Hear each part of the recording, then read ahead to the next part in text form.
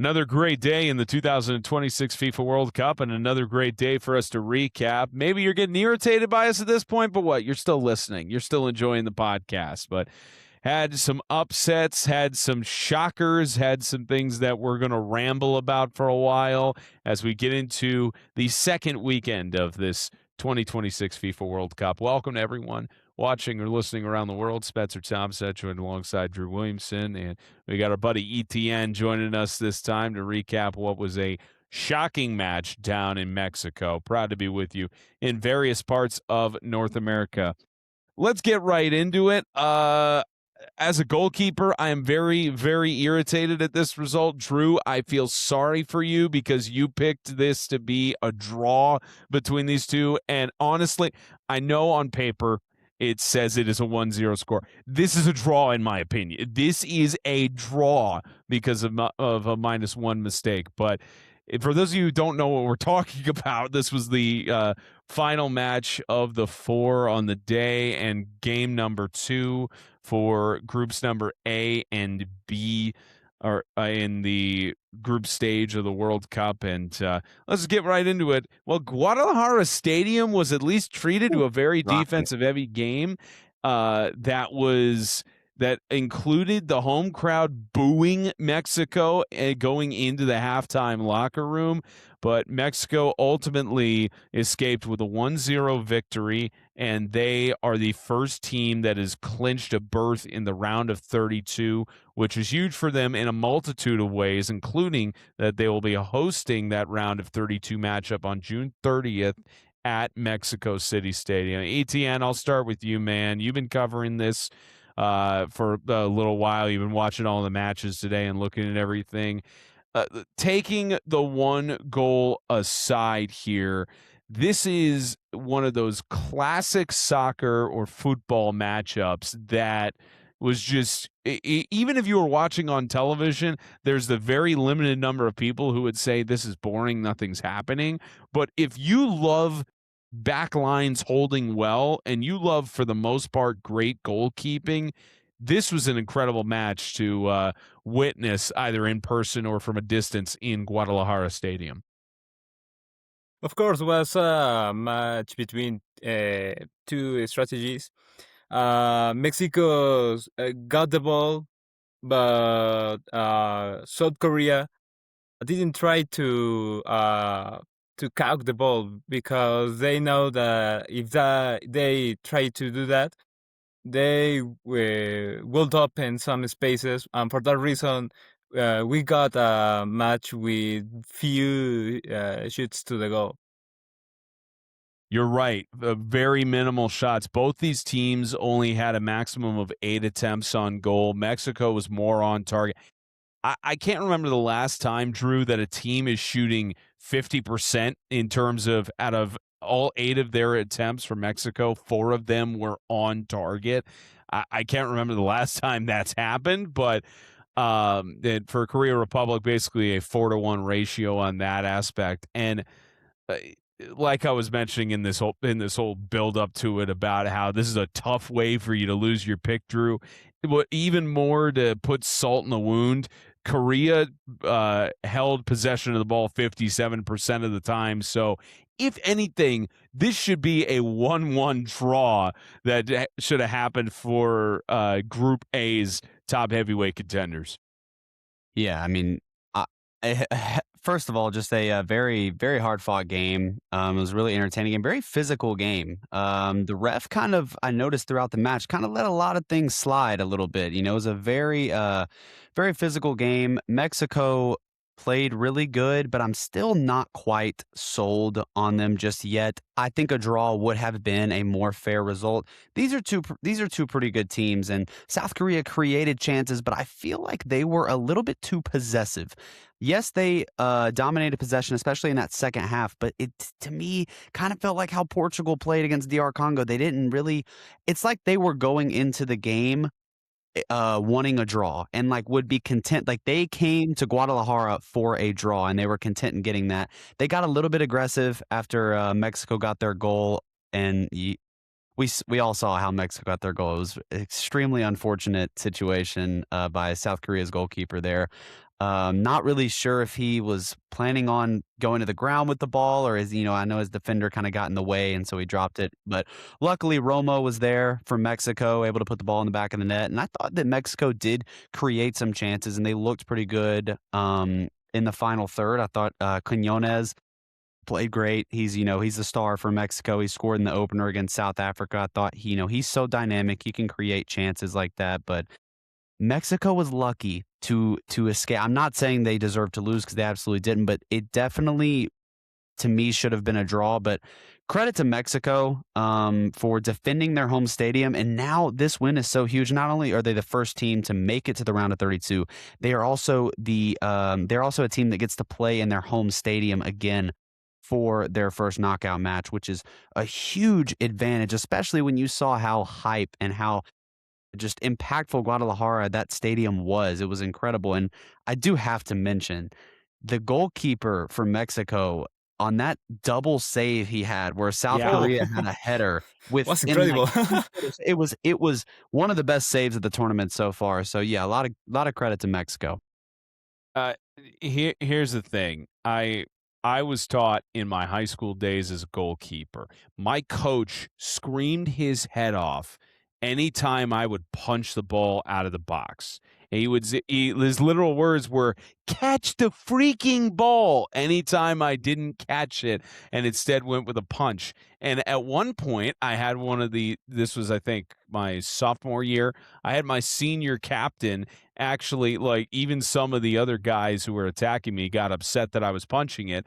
And my senior captain said, "Guys, if he feels more comfortable punching the ball out of the box and still makes the save, it's fine. Like, we need to stop getting frustrated at him for it as long as the ball's not going in the back of the net for something silly." Seunggu Kim probably would have lost his starting job if there were more goals that were put in the back of the net. I think that beside that one mistake, and the Fox commentary crew, I get they are completely spot on in that moment where he's trying to catch it and he could see the defender in front of him as he's jumping up to try and catch it. You have to make a split-second decision and either slap it or punch it out, because if that gets punched out, there is no goal. There is no clear attempt. And it's that most is not likely a draw. perfectly. Yeah, and it's most likely a draw. But beyond that point, Kim and Rangel, incredible goaltending. Like, it was the amount of, especially with a game of minimal chances. Again, the back line on both of these starting 11 were incredible. Like, there were not that many opportunities that were taken. Now, to Korea Republic's credit, once they were down 1-0, you saw they were pressuring a lot more. And Fox's commentary crew on this said exactly what you were talking about, where both teams were content with going with a draw in this one because both of them had a very high amount of confidence, especially with how South Korea, or I beg your pardon, South Africa got shut out in the first game. And even though Czech Republic managed to put one goal on Korea, they still had their victories there. So it was very much one of those where both these teams were content with going in for a draw. And I mean, I don't know how you feel about it, ETN, but I think before that one goal was scored off of the mistake made by Kim in between the net, I think both Mexico and South Korea, they just wanted to draw so that they were not beating each other up before going into the round of 32. Yes, this was a match that was a classic match. If you have a mistake, you will lose. And for that reason, both teams didn't try to take the risk. They were playing more with the ball, Mexico with the ball, and South Korea say, okay, if you want to get the ball, I don't care if you don't attack. That was the version that both teams presented to the Guadalajara Stadium. Well, unfortunately for Kim, he tried to catch the ball. I don't know if maybe he didn't speak, he didn't shoot to the defender, maybe because he couldn't catch the ball because he smashed it with the defender. For that reason, there is a goal. Mexico had two opportunities during the last minutes. Kim got a mistake, but got two saves. So important to keep the South Korea in the game. Obviously, when you are a goalkeeper and you have a mistake, you will be the enemy of your team. Yeah, yeah, go ahead, Drew. Etienne, you hit it on the nail. I mean, that's the name of the game. Is I don't even believe that Mexico necessarily deserved to not win this game, or that South Korea deserved to lose this game. I think, like you said, it literally comes down to the little things. Had the keeper ran out there, and he has got to be hurting right now because that's the pressure. And Spencer, you could speak on this a little bit as being a goalkeeper. Is that when you make a mistake like that, the game's script tends to say, oh, well, it was that's why we lost the game. When in reality, that's not why they lost the game. But, it's a tough thing, but Mexico was able to capitalize off of a critical error. Yeah, I mean, it's one of those where as a goaltender, you have to be better in those moments and you have to not make those mistakes. And again, like I mentioned, defender is right in front of him as he's going to try to catch the ball. And it's just not well, here's the other concerning part right now as we get into the final game of group play. Korea Republic is on its heels right now because their goal differential is at 0. The Czech Republic or Czechia -1, South Africa -2.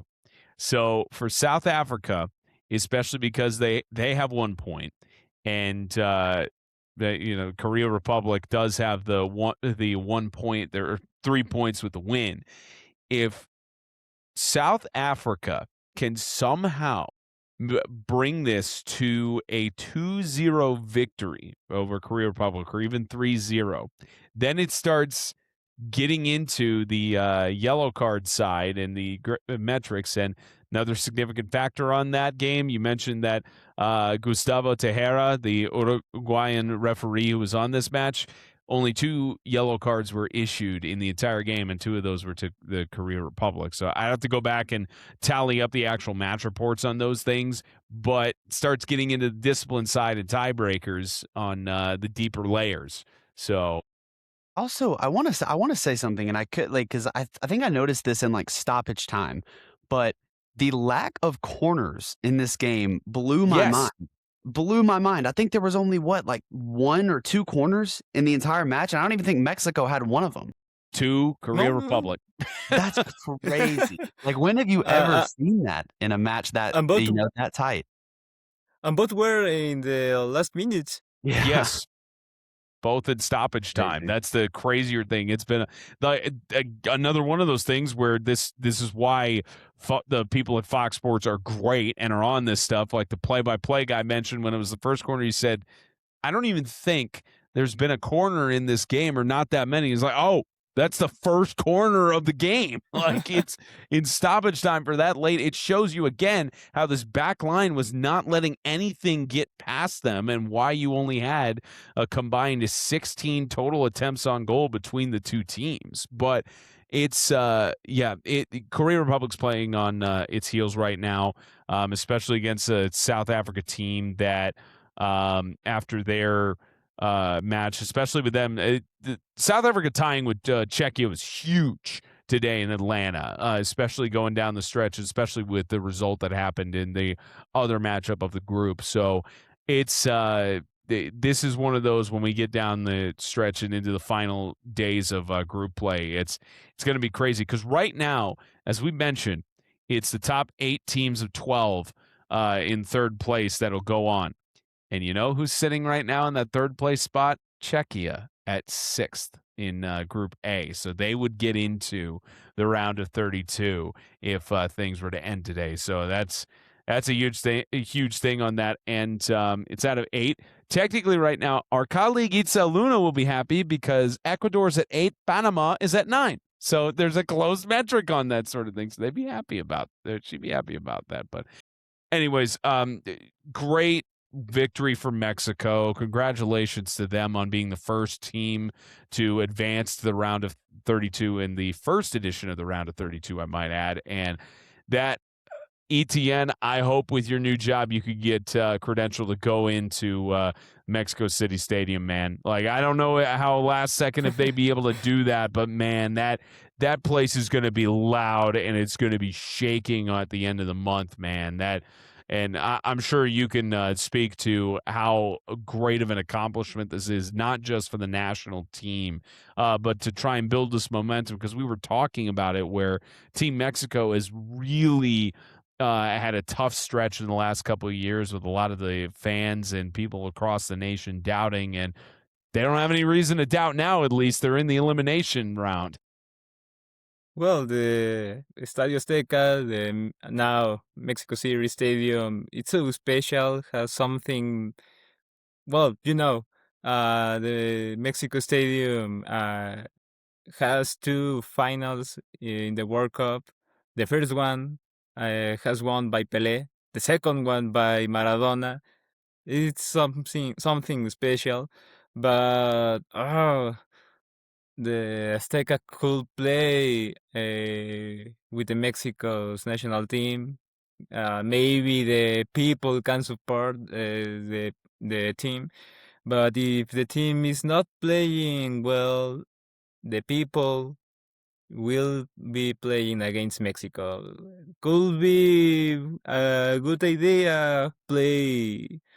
Playing in the Mexico Stadium could be a bad idea. I don't know. I need to see at the moment.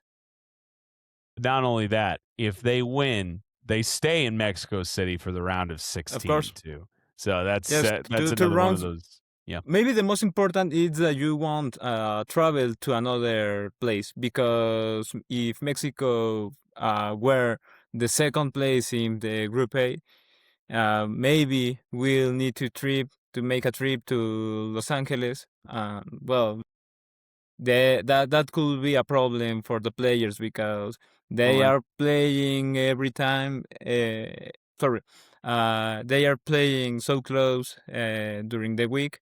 Well, that could be the big problem in this tournament, because you have a lot of distance between the stadiums. Yeah, we all don't get the private jets like President Infantino, unfortunately. That'd be great. We'd love to all have those things, but we just don't gonna get them. But again, congratulations to Team Mexico on a great victory in clinching Group A and putting Korea Republic on its heels as they ended their final days of group play. ETN, always good to see you, buddy. Sure, we'll be able to talk about this again sometime and see how Team Mexico does in their final day of group play as we go along. But good to see you, man. Thank you, Spencer. Thank you, Drew. It was a pleasure to be here. And well, right now we are hoping to see you again in the next matches of Mexico. I don't know if Team USA wants to face off against this Mexico national team, though. Like, if we're being honest here, maybe, but we'll see how it goes, man. But appreciate you joining us, man. All right, let's continue along in recapping this exciting action from the rest of the day. So Mexico, Korea Republic, we just went over that. The day started out with Czechia and South Africa, as both these teams drew. It's not trying to get Drew's attention, but both of these teams had a draw. And again, we were mentioning about this Group A in terms of these teams trying to get in, at least for Czechia right now, they have the better goal differential in terms of the groups. They're currently in a spot in the round of 32. So we'll see how that potentially goes as we, go along in this stuff, Drew. But in terms of the match itself, I mean, if you love scoring and you love how soccer goes down, man, that is a fantastic way to start out. 6 minutes. Mikhail Sidilk. No, that's not how he pronounces his name, but we'll say Mikhail.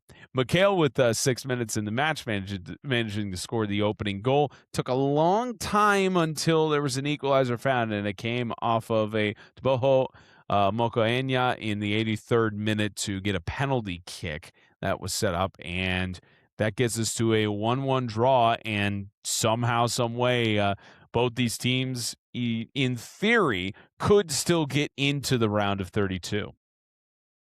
Yeah, I mean, I think that first of all, yeah, a great game between these two teams. It was a lovely assist on Czechia's first goal, or their only goal, sorry, I should say, but it was a lovely ball that he played kind of behind that. I don't think the South Africa defender knew that he was behind him.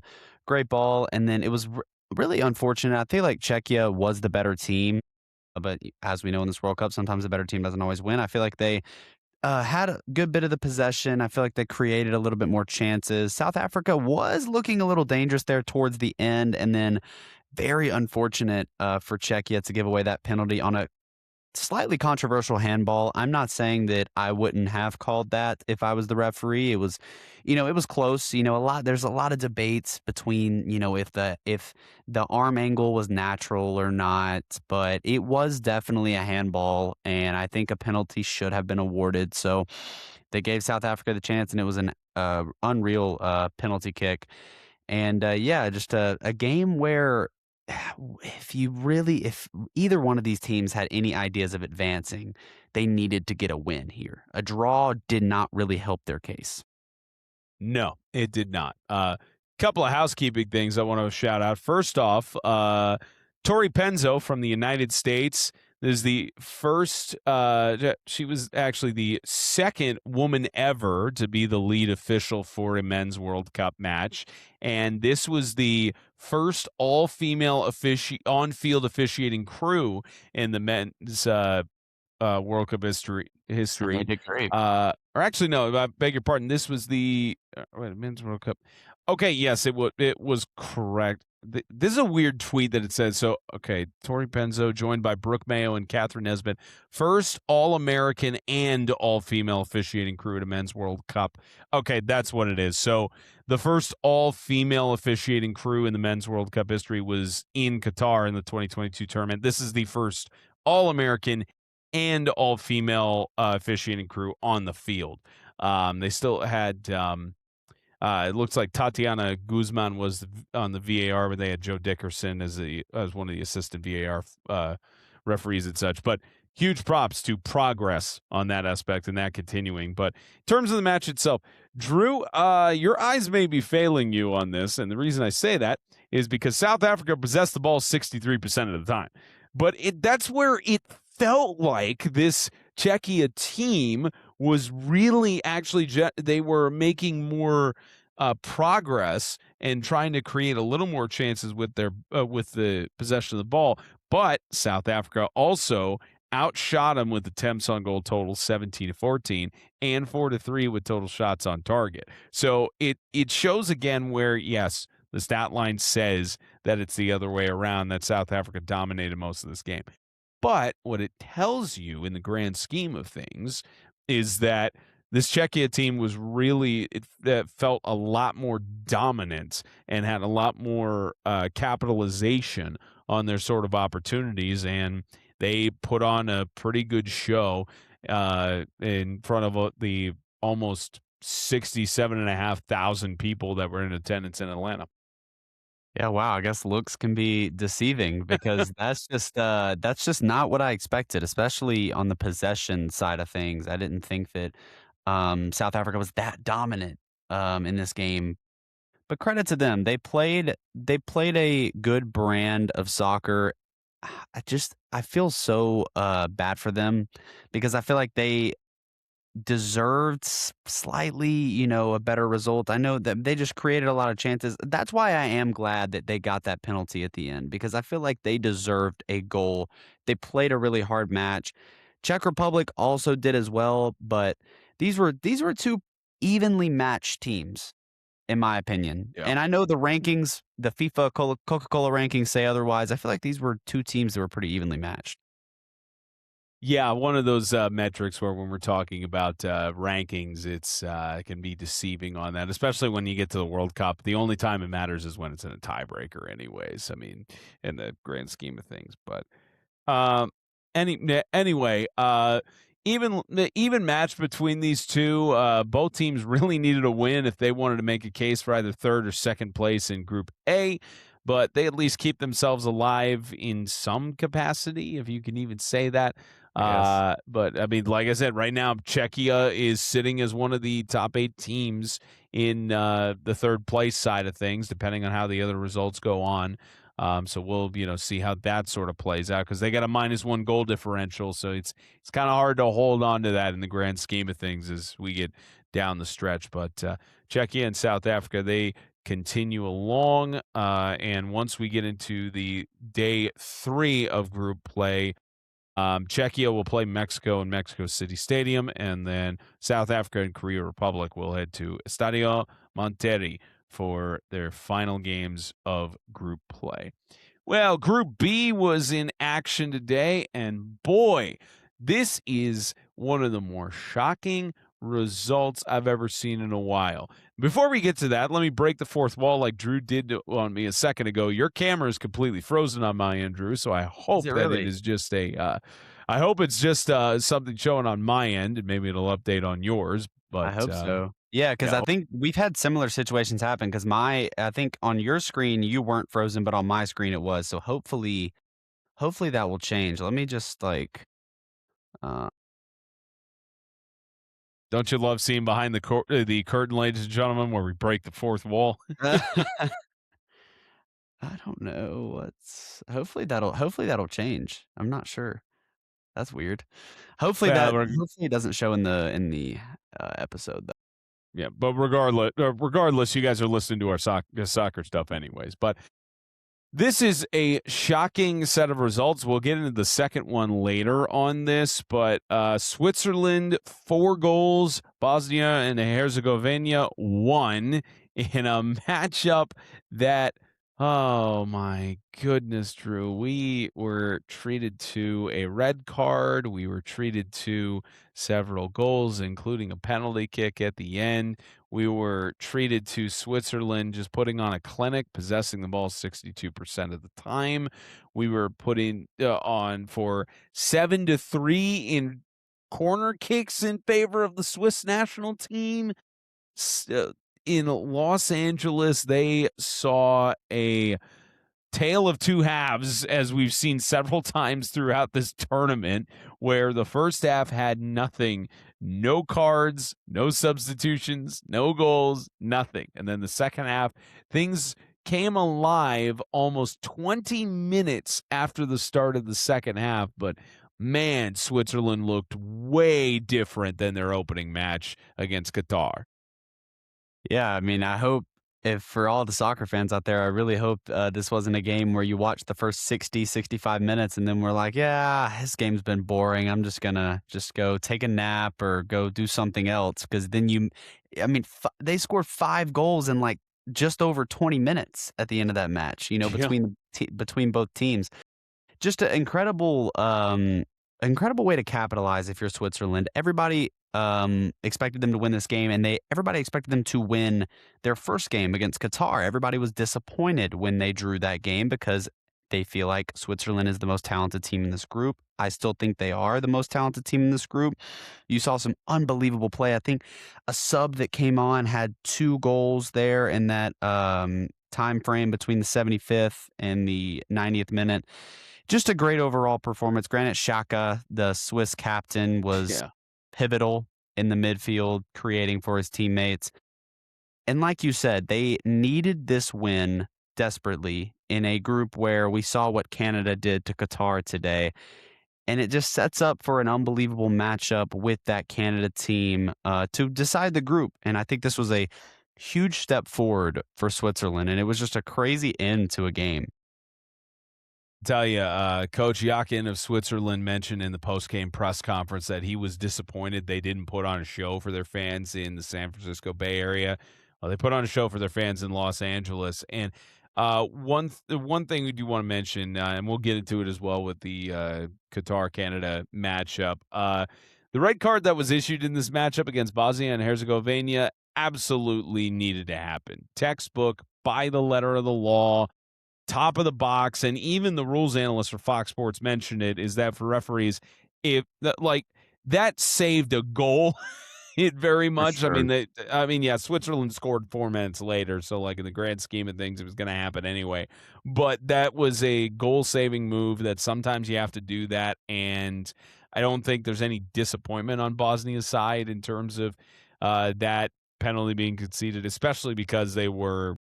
I say penalty, but in terms of the red card being conceded, because at that point they're down 1-0. They're trying to lessen the damage, and especially thinking about the goal differential in the grand scheme of things. To one of those that, as much as we hated seeing that red card and seeing, we're already tied with the total amount of red cards that were issued in Qatar and in Russia.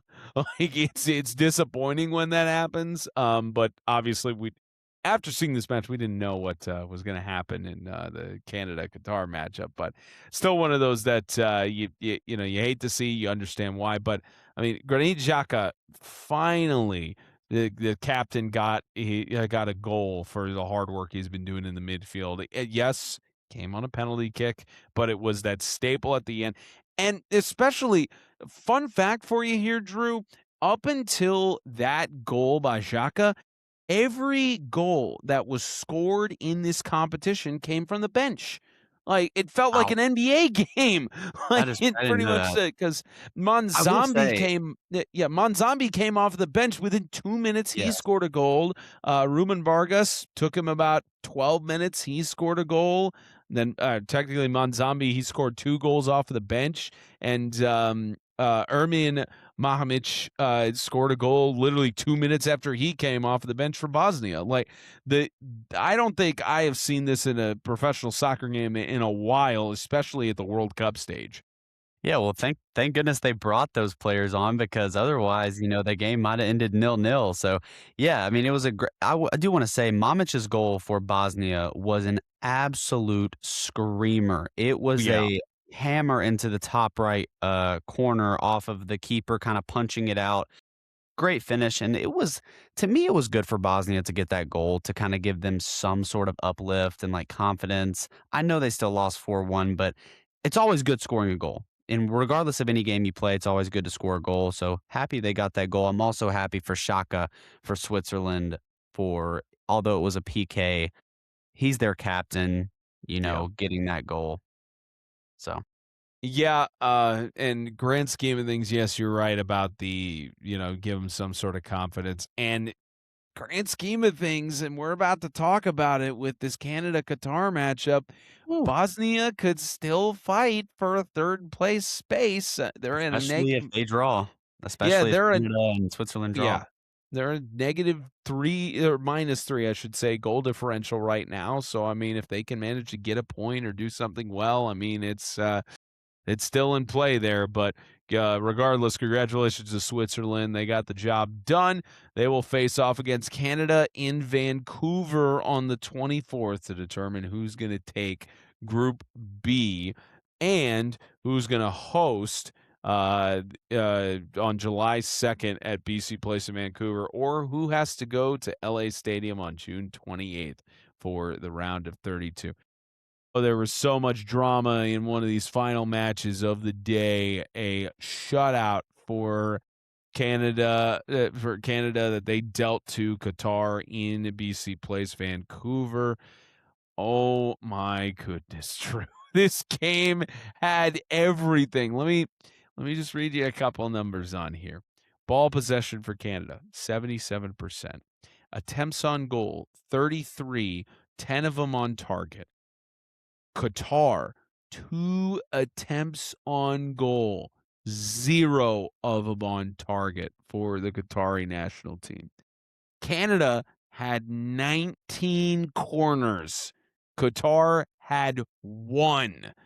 And there were to add worse to wear on there, Qatar had 2 direct red cards that were given to them. And again, one of those was absolutely necessary, clip from the back on the outside of the box. Weird to think that was basically 2 games in a row where that happened in the World Cup. But regardless, Canada put on a clinic. They wanted to give their fans in Vancouver a reason to stop doubting, especially after that opening tie against Bosnia and Herzegovina. This is a Canada team that Look, I'm on the side that you had with Mexico, where I'm not quite sold on them yet, especially because Qatar, they tied against Switzerland, but they didn't score a goal. That was an own goal that Switzerland had committed. But it's still, you got to think that the confidence that the Canada national team has after this thing is just incredible after a 6-0 shutout. Yeah, Canada has arrived.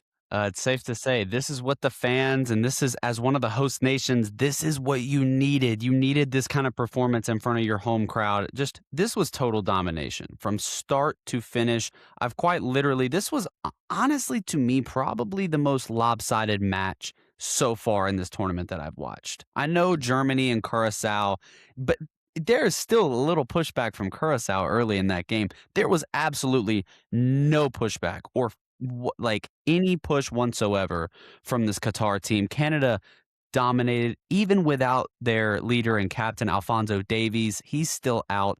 And with one of their leaders and one of their best players in Kone suffering a brutal leg injury. We just do not ever want to see that in the game of soccer. It was really, really hard, especially after they scored their free kick goal. They kind of did a little tribute to him because they know they didn't want to lose a player like that, especially on a freak injury. Qatar player did not mean to clip his leg, and it, obviously bend in the way that it did, but that was the only negative of this match for Canada, because 6 goals is never something to frown upon. All of the goals were great too. Jonathan David, a hat trick, now equaling Lionel Messi for the Golden Boot. Just a great, great dominant win for Canada, and it was much needed, especially after watching Switzerland win 4-1 against Bosnia, and it sets up an unbelievable round 3 group stage match between these two red teams. It's going to be it's going to be a sea of red at that game, and I can't wait to see. Hopefully Alphonso Davies will return for Canada. That would be huge for them, but finally this is what we've been looking for one of the host nations.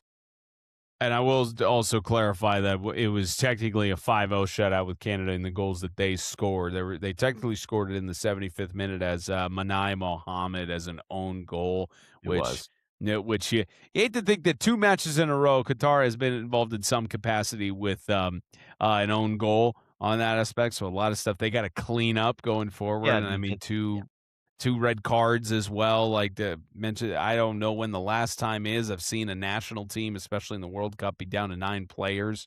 But this is Qatar, at least in this World Cup, they're done. I know technically if they could somehow get a 6-0 shutout just to get back to 0 on the goal differential aspect, then maybe they could make some sort of case and they could have those 3 points or whatever. But it's this Qatar team is unfortunately done. They're going to go back on flight with Qatar Airways, which is one of FIFA's partners. They're going to go back on the airway that is in their home nation. They're going to play this one final match against Bosnia and Herzegovina in Seattle on the 24th, and then they're going to wait another 4 years to see if they can qualify for the 2030 World Cup. But this was not only that. I don't know if you saw it, Drew, but there was especially drama at the end between the coaches on the benches, where the Qatari head coach, Coach Julien, he was having a conversation with Coach Jesse after the match, and there was something about he was trying to console, I guess, or try to tell him he wasn't as aggressive, and put his hands on the other coach's hands, and Coach Jesse was having none of it. Not only that, there was a brawl that broke out at the end of this matchup on the pitch. These teams, you talk about, especially with Team Canada starting to build a reputation for soccer now, they've started a rivalry. So much like, we'll talk about it when we preview USA Australia, but there's some of these nations that don't like each other, and Canada and Qatar are starting to have really bad blood after this one. Yeah, you gotta love that passion. I have to think that this spawned from Canada already being up 5 goals, 6 goals, trying to in a sense, run up the score, especially after Qatar got their second red card. You're down 2 men now at this point.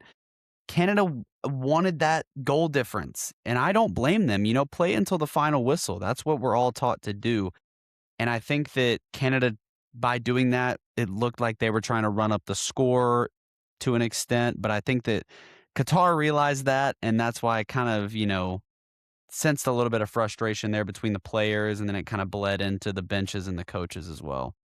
Well, and I think there was also an injury for one of their players on its substitution that there were tensions boiling over there as well. But the only thing I will push back on is yeah. The only thing I will push back on, this is the World Cup where goal differential is an actual tiebreaker for how you get to the next round. There's no such thing as running up the score. Exactly. I get after a Yes, I certain agree. point, it's because I know we kind of talked about it with Germany and Curacao in a way about their 7-1 score line and such. But again, that game was 1-1 at one point, especially with Curacao being one of those first-time nations that were getting in or first in a long time at a minimum. But especially these are professionals who are getting paid. Like they're getting a huge amount of money and such. So it's not like in high school or college where you're trying to boost morale and get people trying to have people, build team building and feel good and all that. This is the FIFA World Cup. And especially when it literally shows on the tie-breaking measure that it's goal differential after points. Yes, they're down to 9 players because of 2 red cards, but they're trying to make sure in case they can't get the job done against Switzerland, then they're a guaranteed second-place team, especially because what we mentioned with Bosnia. They could very well blow out Qatar in Seattle because they know that they have a reasonable chance to get to, at a minimum, a third-place team. So that's where the amount of people on social media in the comments basically saying, why are they running up the score? It's that is a conversation for high school. It's not for the World Cup. But regardless, it's Play until the Canada in final all whistle. essence. What was that? I said play until the final whistle. I think Yeah. that should be the message. Yeah, and certainly these teams will try to do that on the 24th as well. With Switzerland and Canada, mentioned that showdown match in Vancouver is going to be great television to watch, and same with Bosnia and Herzegovina versus Qatar, especially with Bosnia having a realistic chance to get to the next round. But Qatar could maybe play upset. They could very well decide, you know what, we're going to try to get our first win in World Cup history, even if we have no chance of getting to the next round. I mean, maybe they could if they could somehow crawl back in the goal differential, but it's very unlikely very at this uphill point. climb. Yeah, very. It's a Mount Everest climb, to put it lightly. So, all right. Well, we are not going to have a podcast episode tomorrow as this is publishing, this will publish on Friday, so Saturday, because believe it or not, I have travels. Once I'm done with USA, Australia, I'm going to be bouncing over to Saudi Arabia and Spain in Atlanta. So we're going to preview 8 matches. We got a lot of them to run through on this one, Drew, and it might be a slightly lightning round, but we got some good stuff we could talk about on these. Group C, we start out with Brazil and Haiti. Well, this is not the match that we were expecting we were going to be talking about in a way, because Brazil, even with them winning several World Cups back in the day, even with them being such a great team that Vinicius Jr. has not been able to get it done on the international level, although he did in the one goal that he scored in the 32nd minute Really good against goal, too. Morocco, which I think the important thing for Brazil right now is that, and same with Morocco, the tie was expected because these were the 2 heavyweights, but now it's in essence do or die. I think Brazil gets it done. I know Haiti may have a little bit of a chip on their shoulder in a way because they're like, we lost 1-0 to Scotland. We didn't get anything done. Let's try to shake some noise up here. But I think at the end of the day, it's probably going to be a 3-1 victory for Brazil. Yeah, I agree. I think Brazil has I don't think they're necessarily mad about the draw to Morocco. Like you said, Morocco's a top 7 team. a lot of people expected them to draw. It's a part of that group stage, where two heavyweights happen to meet, and you got to have games like that in the World Cup. They can't all just play in the later rounds. You got to have some really good matchups, and that was one of them. Absolutely. Brazil played a good game. I think that they could have been a little bit more creative in their attack, and I think they'll use this opportunity against Haiti, who is one of the weaker nations in this World Cup, one of the smaller nations in this World Cup as well, to really look to better their game. I think they're going to win comfortably. I think they know they're going to win comfortably. I have this as a 4-0 scoreline. Again, I think Brazil's going to use this time to work on their game, try people at different positions. For Vinny Jr., I think he can expand off what he did against Morocco. He scored an absolute screamer in the right corner against Morocco. He can look to do that again, possibly get one, maybe two on the scoreboard. I have this as a 4-0 win for Brazil. I would not be surprised if it's a shutout either. I just think I just think that Haiti, especially with how minimal it was held in the scoreline with Scotland, there's a little bit of hope there. I think Nazan could break through on some lucky fluke or a penalty kick. But I think in the end of the day, it's Brazil's going to take this one, and maybe I'll eat my words on that. Who knows? But we'll see how it plays out. Now, here's the more intriguing one. This could be for second place in the group between Morocco and Scotland. What a kind of shock I mean, it was already dramatic fashion for Scotland to qualify in Glasgow many months ago. But John McGinn with a great goal against Haiti to lead them to get those 3 points, which are huge for them, and especially thinking about if they had managed to tie or lose to Haiti, then pretty much their hopes are gone. And one could argue, well, third place ain't happening in Group C. But this is a matchup where third place could very well happen between Morocco and Scotland. Like, I think one of these teams could very well get into the top 8 of 12 teams. I think if I'm looking at the standings right now as it stands, yeah, Scotland hasn't played their other group, so they're not even listed on there at the moment. But this could be because they're right now at a goal differential of +1, depending on if they lose to Morocco. It could, especially because Haiti's -1, Brazil's at 0. Depends on how that stuff plays out. But I don't think it's going to matter in the grand scheme of things. I think Morocco takes this one. They come back with a vengeance, especially only having their one goal from Ismail Saibari. I think they win, but I think it's a lot closer than people think. I go 2-1 on this matchup, and I think it's one of those Morocco scores the first 2 goals, and then Scotland, whether it's midway through the second half or early on in the second half, they do score their first goal of the game, but I think it'll be too much for them to try and get an equalizer in this one.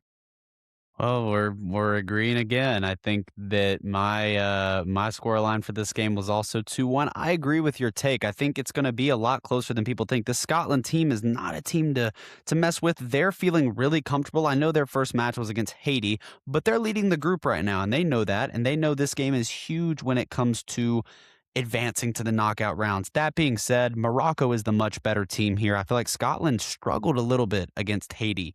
I know they won the game 1-0, and it was a good performance by them, but they struggled mightily in that game. They had their backs against the wall for pretty much 90% of that second half. So I think Morocco comes out. They're pleased with their draw against Brazil. They would have absolutely taken that to start this World Cup. And I think they're going to use that to motivate them in this game. I also agree, bang on 2-1 scoreline. I actually agree with everything you said. I think Morocco gets the first 2 goals, and then Scotland gets one more, but not that second to equalize. I have Morocco 2-1. Clip it on a soundbite and put it on a soundboard. Drew saying, I agree with everything you said, Spencer. It's never going to happen again on the podcast. Yeah. It's not going to happen. What's not going to happen is there's probably not going to be a third place team from Group D advancing, as I'm going to say pretty early on in this take that Paraguay and Turkey, I think they tie. I think this goes maybe to a 1-1 draw. I'll stick with 1-1. I thought maybe 2-2, but I think it'll stay 1-1. This matchup over in the San Francisco Bay Area, I think both Paraguay and Turkey obviously disappointed. I know Paraguay is happy they at least got one goal in the United States to kind of try and rattle Matt Freeze, but I think neither of these teams really do a favor for themselves. They do get 1 point, but when it comes down to the end of group play, and we'll save the best for last on the USA-Australia matchup, but I think when it comes to, regardless of which team we're predicting on that too, Paraguay and Turkey trying to fight for position as well as potentially with the USA-Australia, I think this one ends in a tie and in a way ends their kind of hopes to get to the round of 32. I actually think that this game is a lot more high scoring than people think. I agree with what you said. I think what scoreline did you say? 1-1? Okay, well, so I agreed with 2-2. I think that it's gonna be this until about the 85th minute, and then bang, I believe Turkey is gonna get a third goal and win this game. I think a lot of people expected them to finish second in this group just behind the U.S., and a lot of people said they had the most talent, even more so than the U.S. in this group play. I think a lot of people were surprised when they lost to Australia. I think they themselves were upset about it. I feel like they created a good number of chances. I just feel like they were not executing in the final third like they should. I feel like they're going to recover from this. They are going to learn from their mistakes in game one, and I think they're going to bounce back with a 3-2 win against Paraguay. Fun fact for you, per the United States Census, those in the United States who have the most Turkish descent, they reside within both New York and the state of California. So the San Francisco Bay Area, I am excited to see how filled that stadium is with a lot of Turkey jerseys as they try to support their players in getting those 3 points. Or one. We'll see how it goes. We'll save the big matchup for last. We'll next go to Germany and Côte d'Ivoire. I am probably butchered that pronunciation. You please forgive me. Ivory Coast and Germany. Ivory Coast with one of the shockers of the tournament against Ecuador. Germany with the exact opposite. Everything we expected between them and Curacao. But again, credit to Curacao. It was a 1-1 game at one point. They found the equalizer and started getting things going. I think we mentioned it. This Germany team is reminding me a little bit of 2014, where they have so many different players that are such heavy hitters and are able to create opportunities on both sides of the pitch and be able to get things going. I think as much as it's great that Ivory Coast had no goals conceded in their 10 qualifier games, they continue that in the last 11 games of the international level. They haven't conceded a goal. I think that ends here. I think it ends against Germany. Having said that, I say they lose 2-1. I think this is a low-scoring affair that Germany still underestimates this Ivory Coast team. I think Frankie Kessié will still be a challenge for him in the midfield, but I don't think they managed to get another upset win here. And I don't even give them the benefit of trying to get a draw, because even though that would be great for them to get 4 points, and especially against the German team for both of them to get 4 points, but I think Ivory Coast, at least at this point, they take a loss and only have 3 points going into their final match of group play. Yeah, I agree with you. I think that this Ivory Coast team is buzzing about their win against Ecuador. I think they would have taken a draw in that game, to be honest with you. So very happy with their 3 points. And this Germany team is very, very, very solid. I'm not just saying that because they obviously, yes, 7-1 looks really impressive, but yes, they're playing Curacao. It's still 7 goals at the end of the day. Their attack is really, really nice. I'm going to be looking a little bit more at Sane, and he's got to get going for this Germany team if they want to make a deep run. So I think if he can get going in this game, I think they can create. They have so many. Havertz up top scored 2 against Curacao. I'm going to look towards him at that striker position to make things happen for Germany. I actually have just about the same scoreline you do. I have Germany getting 1 more goal, though. I have the scoreline at 3-1. Ivory Coast is a team that I always respect. They always play with hustle. They never quit. But this Germany team's really solid. I'm going to go 3-1 Germany to put them at 6 points and top of the group. Who scores the one goal for Ivory Coast? I'll tell you exactly who scores it if I can think of his. I'll tell you exactly who is going to score for Ivory Coast because I watched him against the game against Ecuador, and he played unbelievable. He wasn't Diomande. I think Diomande is going to score the one goal for Ivory Coast. He played unbelievable in that game. He's not the one that scored the goal against Ecuador, but he made so many runs along the right side of the field that match. He played incredible. I think he's the one that scores. Yeah, I was about to say, I was about to make a prediction on that too and say Diomande, the prospect of winger for Liverpool, manages to get it done as well on the wing. On the other side of Group E, Kansas City will host Ecuador and Curacao. Man, Arrowhead was packed and loud for Lionel Messi. I hope it's the same thing for Ecuador and Curacao. But Ecuador is on life support right now. This is a desperation win for them. I mean, Curacao, the same thing, but to be honest with you, I think Curacao is in this sort of moment where they're happy that they're in the World Cup. Like, especially as the smallest nation ever, they're happy that they contended with Germany in a way to keep it a 1-1 draw for a short amount of time. But I think Ecuador has way more of a target on them and has way more, especially with how many people thought that this was going to be a dark horse team. I think normalcy is restored in a way. I think Ecuador bounces back with a vengeance and tries to make up on the goal differential side. I think they win this 3-0 in a shutout. Really hoping you didn't say that scoreline. That was my exact scoreline. We're in sync with a lot of this stuff. That was, I mean, I don't want to change because I really do think it's going to be 3-0. I think that Ecuador, like you said, backs against the wall. They understand how much pressure they have on this game. And I think they're very fortunate that their second round matchup was Curacao and not Germany. I think that's huge for this Ecuador team because one win and they're right back into this, budding match with Ivory Coast for that second place spot. I know Ivory Coast has the head-to-head, obviously, but this is a huge game for Ecuador. I think they're going to come out firing. I think they're mad about that Ivory Coast result. I think their fan base is upset. There was a lot of Ecuador fans at that game that were not happy because their team is ranked higher than Ivory Coast. So they expected to win that game. I think they come out. I think they win this game 3-0. Yeah, only 10 ranks above them, but still to be shut out in that opening matchup was still it's the ripple effects are still going on that sort of matchup. Houston will host the Netherlands and Sweden. This group F is really interesting to me that there's not a lot of people really talking about it. Like, there's not a lot of folks thinking that, any of these teams will make a deep run. And no one's saying like Japan is going to make a deep run. No one's saying the Netherlands is going to, shake some things up here in the World Cup. And it's kind of shocking to me in that way, especially with how you saw that tie against Japan, like in a match that were probably going to be the two top teams in this Group F.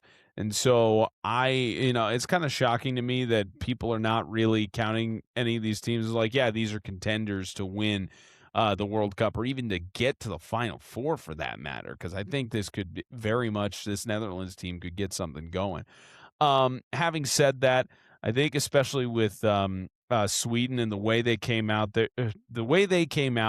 against Tunisia to kind of set the tone, and especially because they're leading the group right now, I think they are going to have. This is going to be a very heavyweight battle with the Netherlands, especially with the Netherlands trying to get to that 4 points metric and make sure that they're not getting in another tie. Because I don't think 2 points really helps them in their case, even if they try to win.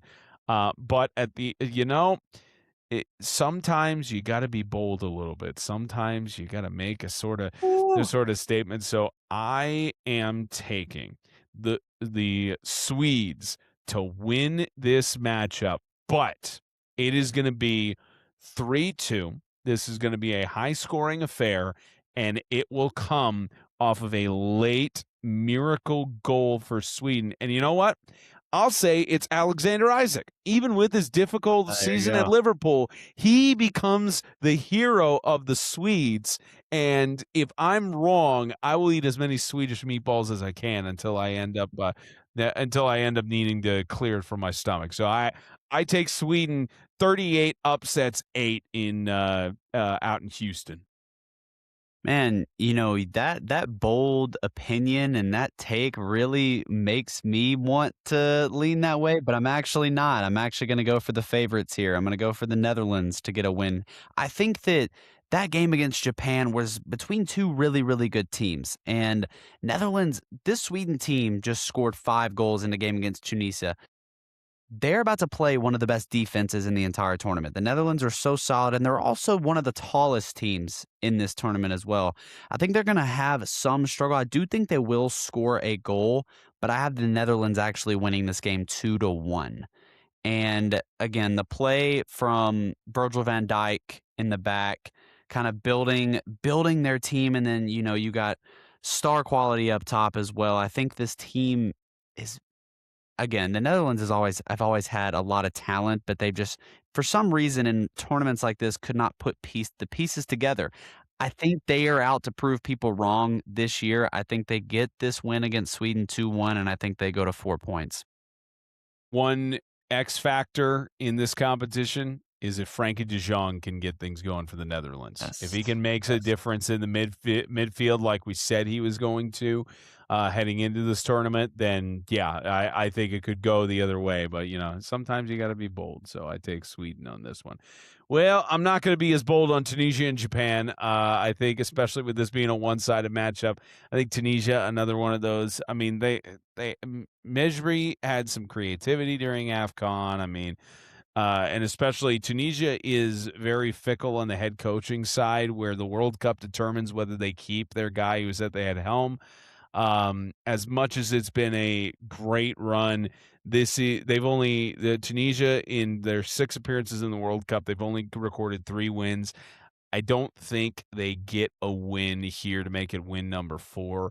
I say they lose to Japan. Same case as the Netherlands, where Japan, very prideful in their soccer, very much wanting to make an impact and get into the elimination rounds at a minimum. I mean, they had 1 loss in 16 games in the World Cup qualifier side. So I think I think Japan wins this probably 3-1, maybe a silly goal that's allowed to go in the back of the net. I'm not going to go as bold as to say it's an own goal, but I think it's maybe just not as big of a mistake as we saw with the Korea Republic goalkeeper, but something where a defender just mishandles a pass or something like that. But I've got a 3-1 victory for Japan so that they can take the lead in Group F if everything plays out on my predictions. You got to start letting me go first. I mean, I feel like I'm just constantly yeah, I agree. But this is a game I think that's pretty easy to predict. I don't think Tunisia is that solid. I think they let up 5 goals against Sweden for a reason. And this Japan team is a really good, they're ranked in the top 20 for a reason. I believe this will also, again, 3-1 is the scoreline I have. Japan will dominate this game. I think Tunisia will get a late goal. I think it'll already be 3-0 at that point, but this is a Japan team that has a lot to prove in this World Cup too, and they're one of the most respected teams in this tournament for me, just because they play clean. They play a good brand. They know the kind of style that they have, and they like to enforce that on all of their opponents. They did it with they beat the Netherlands at their own game. Their late goal against them was a header. Not a lot of teams but by the way, and Japan is one of the smallest teams in this tournament. And Netherlands is one of the tallest. And yet their equalizing goal was a header off of a corner. So they like to, kind of play mind tricks with you there. I think this is a pretty comfortable win for Japan. All right, you're going to get your wish. This is the final matchup we are predicting. It's the big one that I will say I'm a little frustrated at FIFA that the fact that they scheduled this for a 5 a.m. start in Australia. And yes, it's a federal holiday in the United States. It's Juneteenth, but not everyone has that holiday off. But who in the world thought to schedule this matchup? Let me just tell you about the schedule on here. The rest of the matches we got for tomorrow. High noon on the West Coast for USA Australia, which starts on a which is a Friday, starts at about 2 o'clock Central, 3 Eastern. After that, 3 p.m. Scotland, Morocco in Boston, so about 6 p.m. over there. Brazil, Haiti, and Philadelphia at about like 9, if my math's right, that's about 7:30, 8:30 over there. Turkey, Paraguay gets the start at 8 p.m. on the West Coast. Who? I Yeah. want No, I I want agree. names, I agree. FIFA. I I agree. want names, but regardless, this is one of those moments where it's what a time to be alive. I'm going to be in the Media Tribune in the Mix Zone tomorrow for this one. But Drew, floor is yours. Yes, thank you. Appreciate that. So this is a game, and obviously, the U.S. means a lot to me, means a lot to you. This is a huge game for not only just our group, because I do believe we're going to make it out of the group regardless of what happens the rest of the way. I'd say that pretty boldly. I know we still have 2 competitive games left, but I do believe we're going to make it out of the group. This is not only just for our team. This is for our nation. This is for our culture of soccer, the brand that we are trying to bring to the United States. To make it to the knockout rounds tomorrow would be a huge message that this U.S. team is not like past teams. We're not playing around this year. We have a talented roster. We saw that against Paraguay. I know Paraguay was not ranked that high, yet we still won 4-1 and we dominated that game. I'm looking at Balogun to, kind of, trying to think of the word, go off of his 2-goal performance against Paraguay. And I know the status of Christian Pulisic is not exactly known. Do I think we need him to win this game? I don't. I think we can win the game without Pulisic. However, he would be a huge help if he was able to play.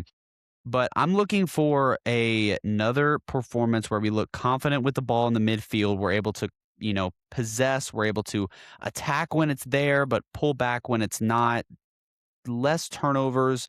I have us winning this game. I think it's going to be a little bit closer than the Paraguay game. I think Australia has a lot of history there, and there's a lot of tension with this team because they know if they win, they clinch Group B. So it's going to be a lot closer than people think. I have the U.S. winning the game. How could I not? I have them winning this 2-1 final score. You're right. Christian Pulisic is still questionable. I was at the press conference today, and Pochettino, head coach, did not give any sort of. He gave the typical PR answer of "We're waiting on the medical staff. We'll have a meeting." He's been participating all week, and we'll see how it goes. There was not any real indication of whether he's going to be ready or not.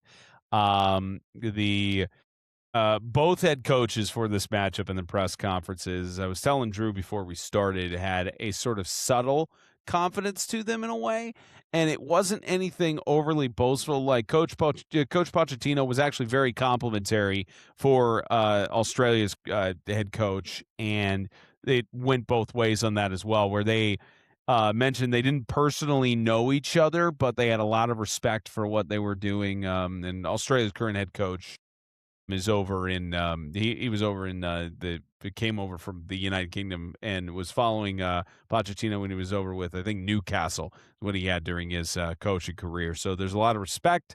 There's a lot of great mutual respect in those things.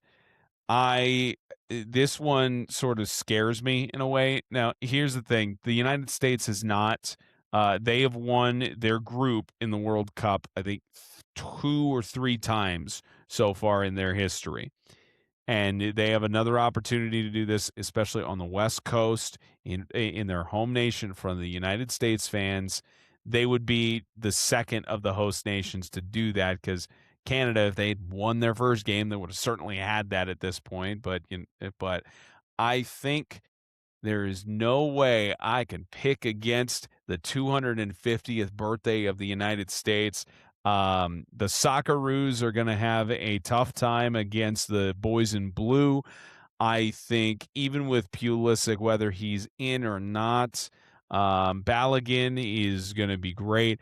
I hope Alex Freeman finally breaks out.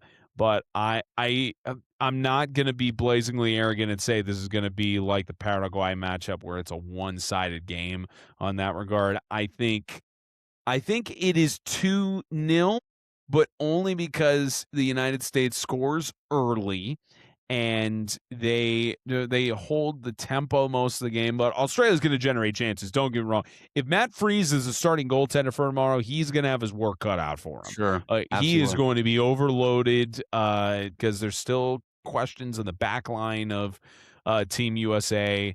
But I think this is going to be a 2-0 competition. But it could very easily be 2-1. Australia could find some sort of equalizer, and then the United States wins in the last second. But I do think the United States wins this. They clinch the group. They get to stay in the United States at the San Francisco Bay Area is where they'll host a third-place team if they win this group, which would be huge because they would – it's the weird thing about this group, too. If they win, and let me just double-check and make sure I didn't get this wrong. If the Group D winner hosts a match in San Francisco on July 1st, the Group D runner-up faces off against the Group G runner-up on the 3rd of July in Dallas.